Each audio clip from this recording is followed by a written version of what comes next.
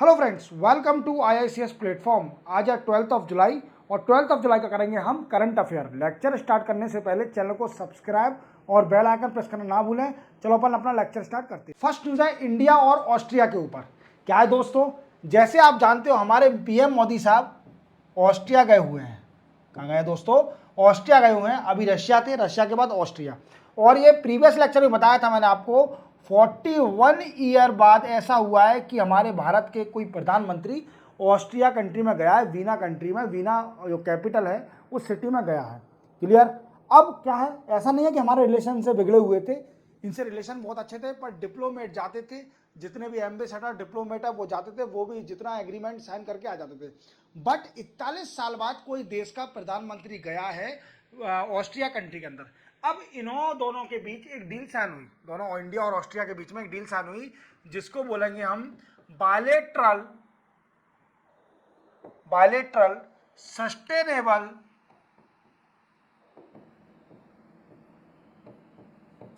Economic and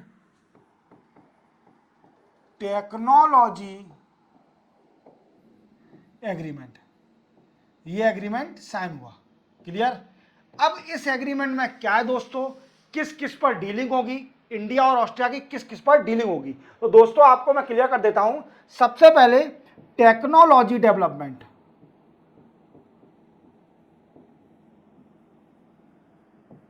then after innovation, then after digital development, infrastructure,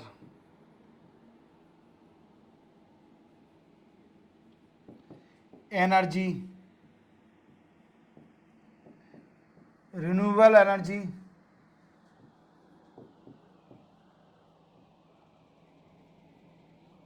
smart city,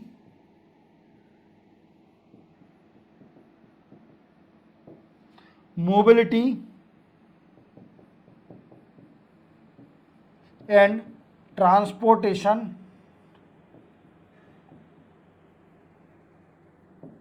etc.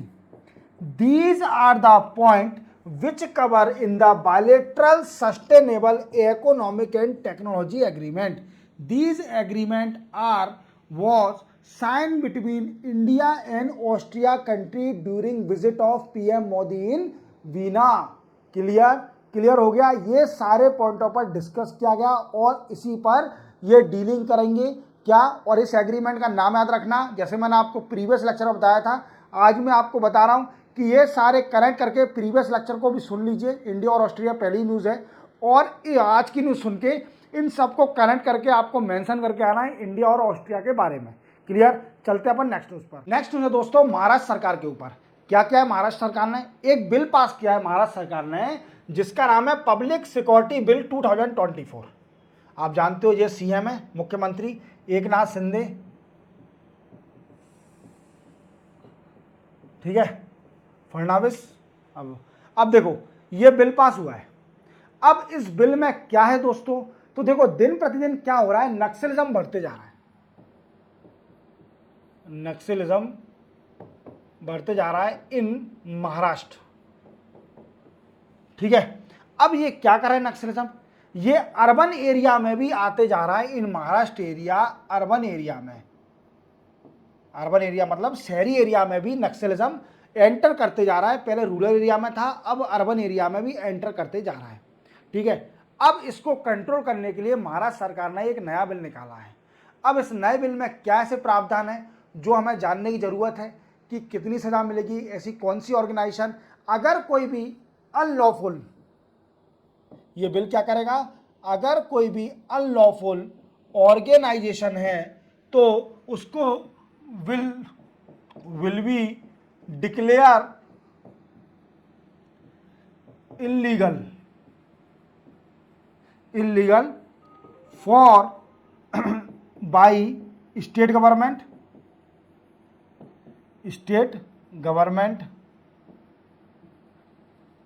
and person involved in this organization get jail or imprisonment.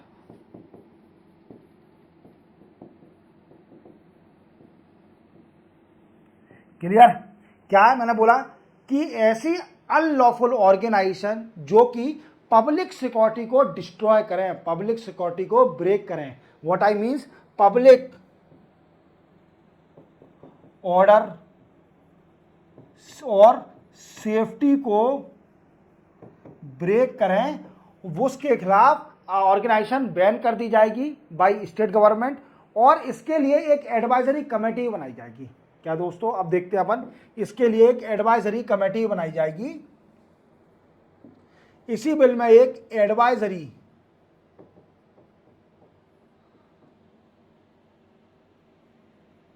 Committee setup comprise of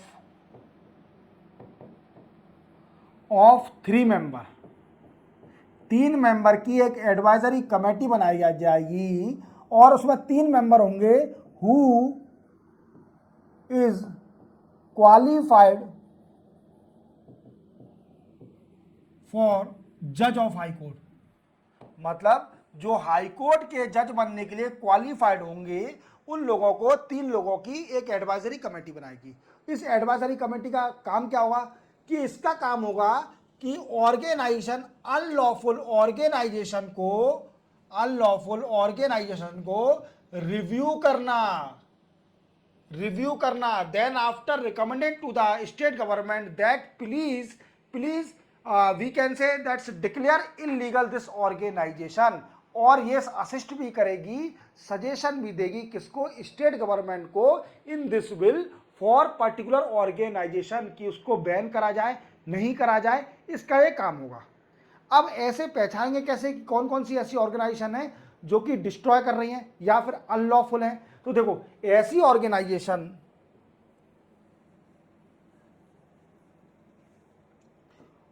what I means, organisation which break public order, peace, integrity of India, unity of India, and break communication by road, rail, air, कुछ भी unauthorized activity अगर करती है कोई organisation, तो वो unlawful organisation कहलाएगी, और उसको बैन कर दिया जाएगा by the state government with the help of advisory committee recommendation. Clear? अब देखो, अब इसमें सजा का प्रावधान क्या है, इसमें कुछ सजा का प्रावधान भी होगा, इसको भी जानने की हमें जरूरत है. तो जान लेते हैं अपन इसके बारे में. अगर कोई पर्सन इन्वॉल्व और member of unlawful organization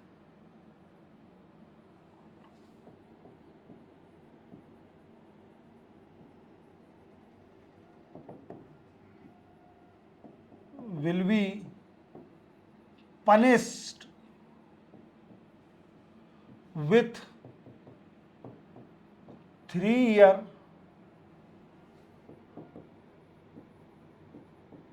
imprisonment और फाइन 3 लाख. समझ रहे हो? कोई भी पर्सन अगर अनलॉफुल ऑर्गेनाइजेशन का मेंबर है, इन्वॉल्व है, तो वो 3 साल की सजा, मैक्सिमम 3 साल की सजा उसको मिल सकती है, या फिर 3 लाख का उसके ऊपर फाइन लग सकता है.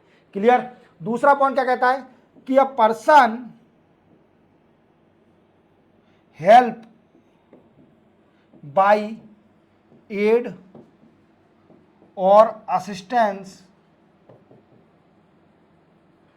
To unlawful organization will be punished with maximum 2 year और 2 लाख। अगर कोई भी पर्सन अनलॉफुल ऑर्गेनाइजेशन को पैसा दे रहा है, उसकी मदद कर रहा है, तो उसको पनिश करा जाएगा इम्प्रिजमेंट ऑफ मैक्सिमम 2 ईयर और 2 लाख का फाइन। क्लियर? कोई भी पर्सन, अगर a person manage meeting of unlawful organization will be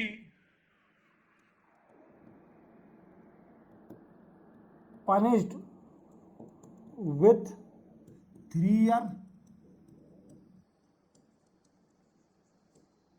और 3 लाख का फाइन लगेगा या 3 साल की उसको सजा मिल सकती है। अगर कोई भी पर्सन उस अनलॉफुल ऑर्गेनाइजेशन को मैनेज कर रहा है और उसकी मीटिंग को मैनेज कर रहा है, तो वो भी प्रावधान है कि 3 साल की सजा वो भी पाएगा मैक्सिमम, और 3 लाख की उसको फाइन भी हो सकता है। अब नेक्स्ट पॉइंट क्या कहता है? नेक्स्ट पॉइंट कहता है दोस्तों कि अ पर्सन कमिट क्राइम और planning to commit crime will be punished with 7 year imprisonment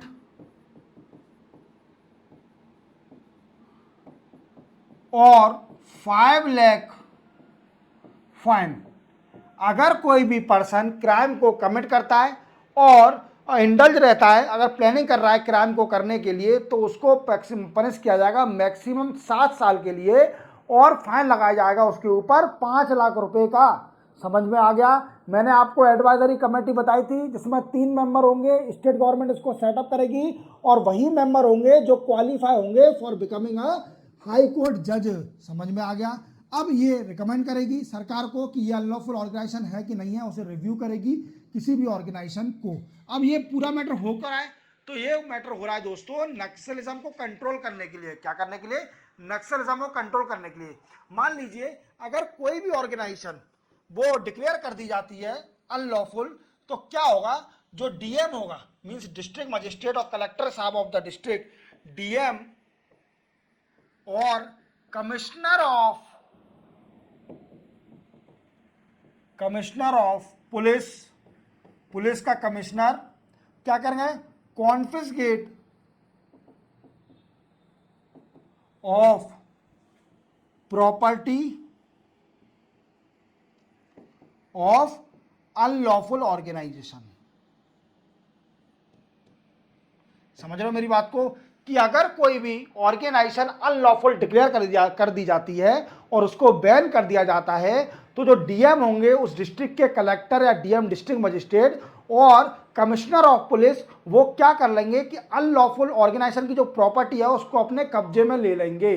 तो ये पूरा कानून था महाराष्ट्र का नक्सलिज्म को कंट्रोल करने के लिए। आप पूरी तरह समझ गए होंगे कि इसमें क्या क्या प्रावधान है, क्या क्या सजा है। एडवाइजरी कमेटी बनेगी, इसके 3 मेंबर होंगे, पूरा डिटेल में आपको समझ में आ गया होगा। चलते अपन नेक्स्ट न्यूज पर। नेक्स्ट न्यूज है दोस्तों वर्कर इन इनफॉर्मल सेक्टर। अब देखो क्या हुआ है कि इनफॉर्मल सेक्टर में एम्प्लॉयमेंट रिड्यूस हुआ है, मींस जॉब रिड्यूस हुई है। अब ये पता कैसे चला?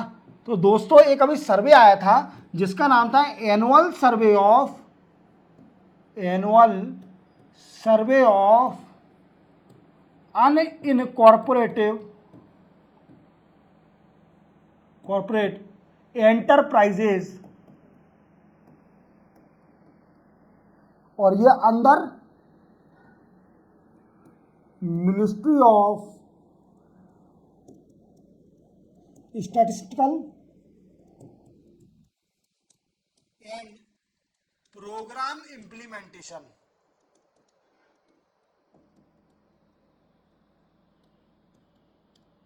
समझ रहे हो मेरी बात को? ये अभी सर्वे आया था, इस सर्वे में क्या पॉइंट थे ये भी हमें जानने की जरूरत है। तो इसमें बोला है कि इनफॉर्मल सेक्टर में जॉब रिड्यूस होते जा रही है, जॉब सॉरी जॉब रिड्यूस होते जा रही है। किसका कारण, क्यों? इसके कई सारे फैक्टर हैं, पहले जानते हैं कितनी रिड्यूस हुई है। अब देखते हैं तो इंडिया में 16.45 लाख रिड्यूस हुई है जॉब, वर्करों की इतनी रिड्यूस हुआ है, बहुत ज़्यादा रिड्यूस हो गया। और अगर देखा जाए, रेशो देखा जाए तो 1.5% जॉब रिड्यूस हुई है। कितनी हुई रिड्यूस? 1.5% जॉब रिड्यूस हुई है। जैसे कि 2022 और 23 में जो जॉब थी इनफॉर्मल सेक्टर में, वो है अभी at present we can say that's 10.96 crore, ठीक है। और 2015-16 में थी यही 11.13 करोड़। अब देख लीजिए आप कितना 16.45 लाख जॉब रिड्यूस हुई है। अब इसके कई सारे फैक्टर होंगे कि जॉब रिड्यूस क्यों हो रही है इनफॉर्मल सेक्टर में। जैसे कि आप जानते हो, जब डीमोनेटाइजेशन आया था, नोटबंदी हुई थी, तो सबसे ज्यादा परेशान कौन हुआ था? जो है इनफॉर्मल सेक्टर, क्योंकि इनफॉर्मल सेक्टर जो चलता है वो रेगुलर कैश बेसिस पर चलता है, रेगुलर कैश बेसिस पर चलता है। अगर रेगुलर उनको कैश नहीं मिलेगा तो उनका बिजनेस ठप हो गया था। इस कारण कई सारे जॉब जो एम्प्लॉय थे उनको निकाल दिया इनफॉर्मल सेक्टर से, तो ये नुकसान हुआ। तो पहला फैक्टर अपन कह सकते हैं कि डीमोनेटाइजेशन, नोटबंदी। दूसरा फैक्टर क्या है? दूसरा फैक्टर है दोस्तों जीएसटी टैक्स। अब देखिए कई सारे जीएसटी टैक्स के कारण इनफॉर्मल सेक्टर को भी जॉब रिड्यूस हुई, क्योंकि कई सारा अपन कह सकते हैं कि इनफॉर्मल जीएसटी कारण कई सारी इनफॉर्मल सेक्टर इसमें कवर आ गई, टैक्स के अंदर आ गई, और उनको टैक्स पे करने के कारण उन पर बर्डन बढ़ गया फाइनेंशियल का, और उन्हें जॉब निकाल दिए कई लोग। अब वो कम लोगों से ज़्यादा जॉब करा रही हैं, ठीक है। अब तीसरा रीजन अपन कह सकते हैं, बिल्कुल कहना ही पड़ेगा, क्योंकि कोविड-19 पेंडेमिक, इसने तो सभी को परेशान करके रखा था। कोविड-19 पेंडेमिक ने तो सभी sector, I am not saying only informal sector, but it also include all sector, all job sector, that is PSU, private enterprise, each and everything was affected by covid pandemic. याद रखोगे तीन factor, और आप data याद रखोगे। ये survey किसका है? Annual survey of unincorporative enterprises under ministry of statistical and programme implementation. याद रखोगे। चलते अपन नेक्स्ट न्यूज पर। नेक्स्ट न्यूज हमारी दोस्तों बिम्स्टेक के ऊपर। अब बिम्स्टेक क्या हो रहा है? देखो बिम्स्टेक में क्या हो रहा है कि बिम्स्टेक की दिल्ली में भी मीटिंग है, फॉरेन मिनिस्टर की मीटिंग है, फॉरेन मिनिस्टर की मीटिंग चल रही है बिम्स्टेक। अब बिम्स्टेक क्या होता है दोस्तों? तो बिम्स्टेक का फुल फॉर्म है Bay of Bengal, Bay of Bengal initiative for multi sectoral technical economical cooperation, ये इसका फुल फॉर्म होता है। और दोस्तों इसके 7 मेंबर हैं। अब 7 मेंबर कौन कौन से हैं? देखो आप जानते हो बे ऑफ बंगाल सी के बारे में। अब इतना समझिए कि जो जो कंट्रियां, जितनी भी कंट्रियां हैं जो कि बे ऑफ बंगाल को टच करती हैं, वो सारी कंट्रियां इसकी मेंबर हैं। और ये रीजनल ऑर्गेनाइजेशन है, सक्सेसफुल है, अच्छी बात है। बिम्स्टेक तो Bangladesh, Sri Lanka, India, Nepal, Bhutan, Thailand, Myanmar, ये सारी कंट्रियां हैं इसकी मेंबर बिम्स्टेक। तो वी कैन से, एक और बार अपन रिपीट कर देते हैं, BIMSTEC for Bay of Bengal initiative multi sectoral technological and economical cooperation. इसमें दोस्तों 7 मेंबर होते हैं, एक रीजनल ऑर्गेनाइजेशन है। 7 मेंबर कौन कौन से आप देख सकते हैं? Myanmar, Bangladesh, Sri Lanka, India, Nepal, Bhutan, Thailand and Myanmar. These are 7 member in BIMSTEC country. It is a regional organization। और अभी इंडिया में दिल्ली में इसकी मीटिंग हो रही है, किसकी? फॉरेन मिनिस्टरों की मीटिंग चल रही है। और इस मीटिंग में कई सारे पॉइंटों पर डिस्कस किया गया। सबसे पहला डिस्कस किया गया कि जो म्यांमार में इथनिक वार चल रहा है, उस पर डिस्कस किया गया। ठीक है। दूसरा कनेक्टिविटी प्रोजेक्ट, कंपनियों को कनेक्ट करना। तीसरा व्यू ऑन इकोनॉमिक, एंड सबसे मेन पॉइंट जो है ह्यूमैनिटेरियन असिस्टेंस।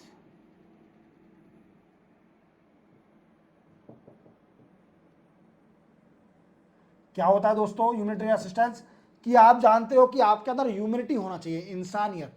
अगर किसी देश के साथ गलत हो रहा है तो आप उनकी मदद करें, फाइनेंशियली मदद करें, और ह्यूमैनिटेरियन असिस्टेंस दें, उसको पैसा दें जिससे उसकी मदद हो। जैसे आपके पास पड़ोस में रहता होगा कोई आदमी परेशान होता होगा, तो आप उनको पैसा देते हो कि नहीं देते? हालांकि मुझे लगता है कि आजकल नहीं देते हैं, तो वो हम भी नहीं देते, ऐसा नहीं है आप अकेले नहीं देते, हम भी नहीं देते पड़ोसी को पैसा, क्योंकि वो मेहनत का पैसा है हम लोगों का, हम कैसे दे सकते हैं? हमने खून पैसे कमाया है तो पैसा देना तो बनता ही नहीं है। ठीक है। अब दूसरी बात क्या है कि वो ह्यूमैनिटेरियन असिस्टेंस देते हैं, मदद करते हैं, या फिर इंटरेस्ट से देंगे या फिर फ्री में दे देंगे, मदद कर देंगे, तो कोई दिक्कत नहीं है इसमें। तो इसके ऊपर डिस्कस किया गया। चलते हैं अपन नेक्स्ट न्यूज़ है दोस्तों टेक्सटाइल के ऊपर। क्या हुआ है टेक्सटाइल में? सिंथेटिक टेक्सटाइल जो कंपनियां हैं उन्हें अर्जी किया है गवर्नमेंट से, व्हाट आई मीन्स रिक्वेस्ट करिए गवर्नमेंट से कि जो आपका एक ऑर्डर है, what I means quality control order है, उसको रिवोक कर दिया जाए। अब सबसे पहले आप समझने की जरूरत है कि क्वालिटी कंट्रोल ऑर्डर होता क्या है।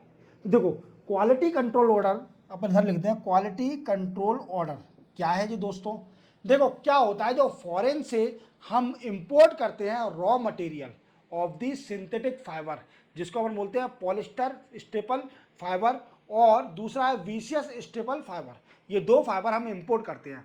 पर फॉरेन से इंपोर्ट करने से पहले, उसे आने से पहले उसको एक सर्टिफिकेशन लेना पड़ेगा। किससे? BIS से, ब्यूरो ऑफ इंडियन स्टैंडर्ड। किससे लेना पड़ेगा? सर्टिफिकेशन लेना पड़ेगा from BIS, bureau of Indian standard से सर्टिफिकेशन लेना पड़ेगा। क्लियर? अब सर्टिफिकेशन मिलने के साथ क्या हुआ? तो देखो सर्टिफिकेशन मिल गया, अब इसके बाद क्या है, अप्रूव हो जाएगा, वो इंडिया में आ सकता है, प्रोडक्ट इंडिया में आ सकता है, और इसी के साथ वो फाइबर बनाने में कंपनी में यूज हो सकता है, क्योंकि उसकी क्वालिटी बिल्कुल कंप्रोमाइज नहीं है, इंडिया के स्टैंडर्ड के कंप्रोमाइज नहीं है, वो पूरे मेजर को फॉलो कर रहा है, जितने भी फैक्टर है उनको फॉलो कर रहा है वो प्रोडक्ट, और उसको अप्रूव दे दिया है। पर आप देखिए कई बार ऐसा होता है कि कुछ चाइनीज के फाइबर को वीकेंड से BIS रिजेक्ट कर देती है और उनका इंपोर्ट नहीं हो पाता है। इससे क्या होता है कि सप्लाई रिड्यूस हो जाती है, किसकी? रॉ मटेरियल की सप्लाई रिड्यूस हो जाती है, रॉ मटेरियल की सप्लाई रिड्यूस हो जाती है, रिड्यूस। इससे क्या होता है कि जो सिंथेटिक फाइबर है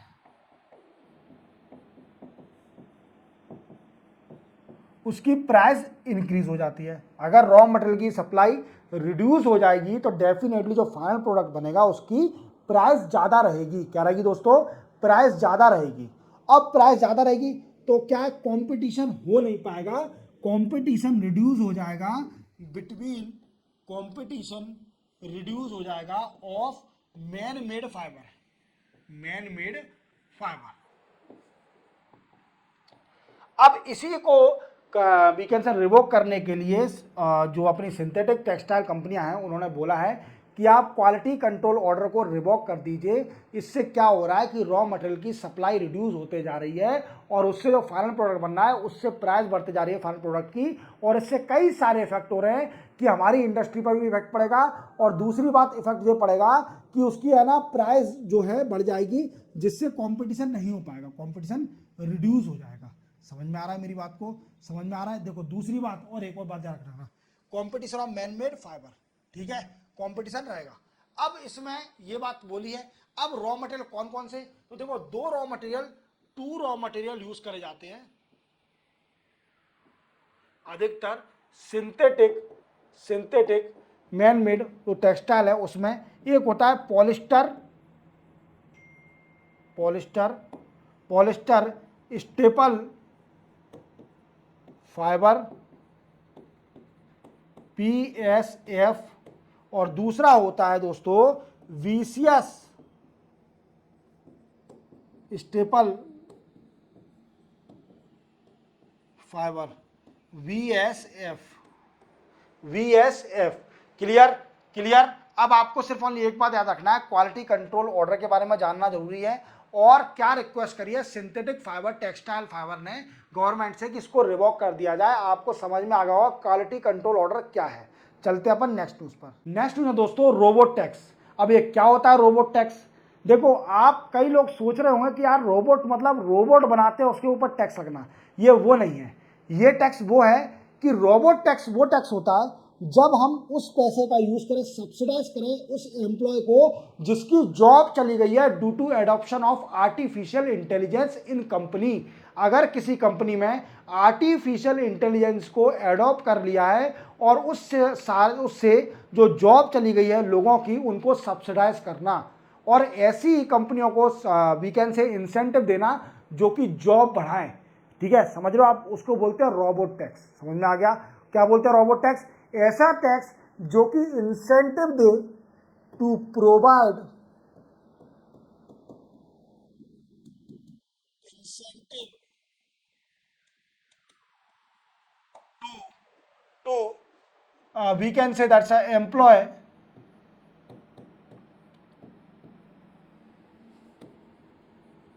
who lose job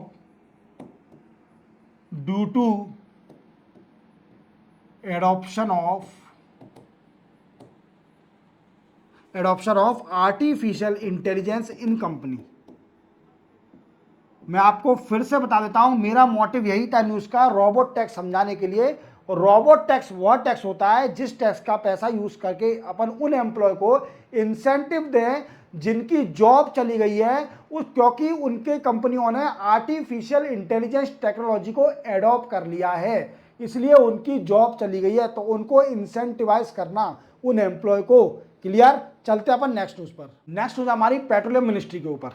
क्या है दोस्तों? देखो, आप इनको जानते होंगे, हरदीप पुरी हैं जी, और ये पेट्रोलियम मिनिस्टर हैं मोदी 3.0 में। और इन्होंने क्या किया है, एक ये बोल रहे हैं कि हम एक जॉइंट वर्किंग ग्रुप बनाएंगे, जॉइंट वर्किंग कमेटी बनाएंगे। और ये क्या करेगी दोस्तों? इसका काम होगा joint working to ease of doing business, ease of doing business in exploration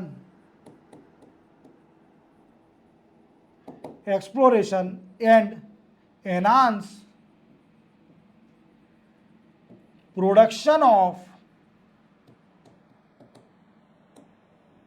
oil and natural gas। ये सिर्फ न्यूज़ बताई है मैंने आपको, ठीक है, इंपॉर्टेंट है।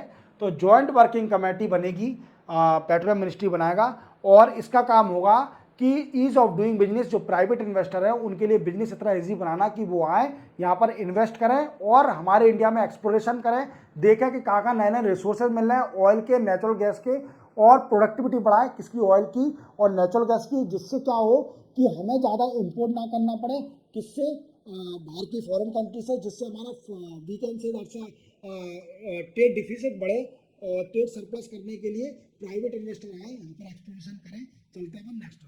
नेक्स्ट में दोस्तों ई स्वास्थ्य पोर्टल, ई स्वास्थ्य धाम पोर्टल। अब देखो, आप जानते हो कि हर आदमी का, हिंदू का सपना होता है एक बार जिंदगी में 4 धाम जाना, 4 धाम जाना, जैसे बद्रीनाथ, केदारनाथ, ये जहाँ पर जाना है, यमुनोत्री, गंगोत्री, यहाँ जाना एक हर किसी का सपना होता है 4 धाम जाना। पर 4 धाम जाने के साथ साथ क्या है कि आप जानते हो कि ये कहाँ पर सिचुएटेड है? ये है सिचुएटेड हाई एल्टीट्यूड पर।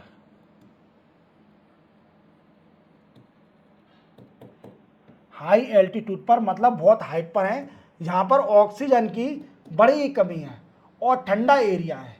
तो एक्चुअली क्या है, अधिकतर लोग जो एजेड लोग होते हैं, ओल्ड एज होते हैं, वो जाना पसंद करते हैं 4 धाम। यंग एज तो बहुत ही कम जाते हैं, मतलब ओल्ड एज लोग कि हमारा हो गया, ठीक है, अब हमने ज़िंदगी जी ली, कर लिया जितना करना था, अब इसके साथ हम 4 धाम जाएंगे। कहाँ जाएंगे? 4 धाम जाएंगे। पर आपने सुना होगा कई बार कि 4 धाम में कई ओल्ड एज लोगों की मृत्यु हो जाती है ड्यू टू ऑक्सीजन की कमी। जैसे बोलते हैं कि ऑक्सीजन, अस्थमा की अगर किसी को बीमारी होगी या फिर कोई अदर डिफिकल्टी होगी तो उसको बड़ी डिफिकल्टी, उसकी डेथ हो सकती है ओल्ड एज पर्सन की। अब इसको निजात पाने के लिए सरकार ने, उत्तराखंड गवर्नमेंट ने एक पोर्टल बनाया था जिसका नाम है ई स्वास्थ्य धाम पोर्टल। जैसे आप देख पा रहे होंगे ये पोर्टल, ई स्वास्थ्य धाम पोर्टल। अब इस पोर्टल में क्या है दोस्तों, तो इस पोर्टल में आप अपने हेल्थ पैरामीटर रजिस्ट्रेशन करा सकते हैं और हेल्थ पैरामीटर दे सकते हैं, जिससे आपका बेनिफिट अगर कुछ भी हो जाता है तो कम से कम ये तो हो कि आपके हेल्थ पैरामीटर आपको मना कर दिया कि नहीं आपके लिए सुटेबल नहीं है वहाँ आना। तो ये है एक पोर्टल है जिसके आप जान सकते हो, अपने हेल्थ इंडिकेटर दीजिए कि आपको अगर कोई बीमारी है तो उसका सर्टिफिकेशन लीजिए यहाँ से, ठीक है। अब ये क्या कर रही है कि सरकार जो सेंट्रल गवर्नमेंट है इसको कनेक्ट कर रही है, किससे, connect to Ayushman Bharat digital health infrastructure. Health infrastructure means इस पोर्टल को कनेक्ट कर दिया जाएगा आयुष्मान भारत डिजिटल हेल्थ से। अब इसमें क्या होगा दोस्तों, तो इसमें होगा कि हेल्थ का इंफ्रास्ट्रक्चर बढ़ जाएगा। क्या बढ़ जाएगा, हेल्थ इंफ्रास्ट्रक्चर बढ़ जाएगा और चार धाम जाने के लिए लोगों को और इजीली हो जाएगा। पोर्टल पे आप अपने हेल्थ पैरामीटर दे सकते हैं, आपके उस हिसाब से आपको रिकमेंडेशन जो भी आपके अप्रूवल है वो मिलेंगे। तो आप देखिए, अगर जो भी है आपके घर में ओल्ड एज पर्सन है, अगर वो चार धाम जाने की सोच रहे हैं तो आप ये पोर्टल जरूर जानना है, ई स्वास्थ्य धाम पोर्टल। यहाँ आप एक्सेस करें, अपना लॉगिन करें और हेल्थ पैरामीटर दें। क्लियर, चलते अपन नेक्स्ट न्यूज़ पर। नेक्स्ट न्यूज़ है हमारी नेरास के ऊपर। क्या है दोस्तों, ये एक डिजिटल प्लेटफॉर्म है। क्या है दोस्तों, एक डिजिटल प्लेटफॉर्म है, याद रखना, फॉर नॉर्थ ईस्ट फार्मर के लिए। नॉर्थ ईस्ट फार्मर्स के लिए एक डिजिटल प्लेटफॉर्म है, नेरास यूनिफाइड डिजिटल प्लेटफॉर्म। क्लियर, ये प्लेटफॉर्म क्या है कि फार्मर को डिजिटली कनेक्ट करना विद वर्ल्ड मार्केट। और इसमें होगा क्या दोस्तों, तो दोस्तों इसमें होगा कि वो नेगोशिएट कर सकते हैं, negotiate price of agriculture product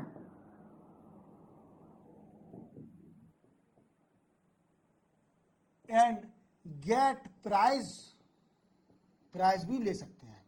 अब ये पोर्टल जो प्लेटफॉर्म बनाया है, इस प्लेटफॉर्म में लैंग्वेज मल्टीलिंगुअल लैंग्वेज का प्लेटफॉर्म है, यही बात ध्यान रखना। क्या है दोस्तों, मल्टीलिंगुअल प्लेटफॉर्म है, मल्टीलिंगुअल लैंग्वेज का प्लेटफॉर्म। अब इसमें कितनी तरह की लैंग्वेज का प्लेटफॉर्म है, तो देखो इसमें हिंदी, बंगाली, नेपाली, इंग्लिश, मिजो, मणिपुरी, खासी, ईटीसी। देखो इतनी सारी लैंग्वेज का ये प्लेटफॉर्म है, इसमें कई सारी लैंग्वेज में आप जानकारी ले सकता है फार्मर कि हमारी प्रोडक्टिविटी बढ़ाने के लिए, उसकी प्राइस इनकम बढ़ाने के लिए ये प्लेटफॉर्म बनाया नॉर्थ ईस्ट फार्मरों के लिए। समझ में आ रहा है मेरी बात को। और इससे क्या होगा कि फार्मर की, नॉर्थ ईस्ट के फार्मर की इनकम इंक्रीज होगी। क्या होगी दोस्तों, नॉर्थ ईस्ट फार्मर की इनकम इंक्रीज होगी, और इनकम इंक्रीज होगी तो उनकी social, we can say that's a social participation also increase along with income increase. Clear. इसी के साथ 12 जुलाई के करंट अफेयर कंप्लीट होते हैं। चैनल को सब्सक्राइब और बेल आइकन प्रेस करना ना भूलें, और वीडियो हमेशा पूरा देखें और अपने दोस्तों के साथ शेयर करें। तब तक के लिए जय हिंद।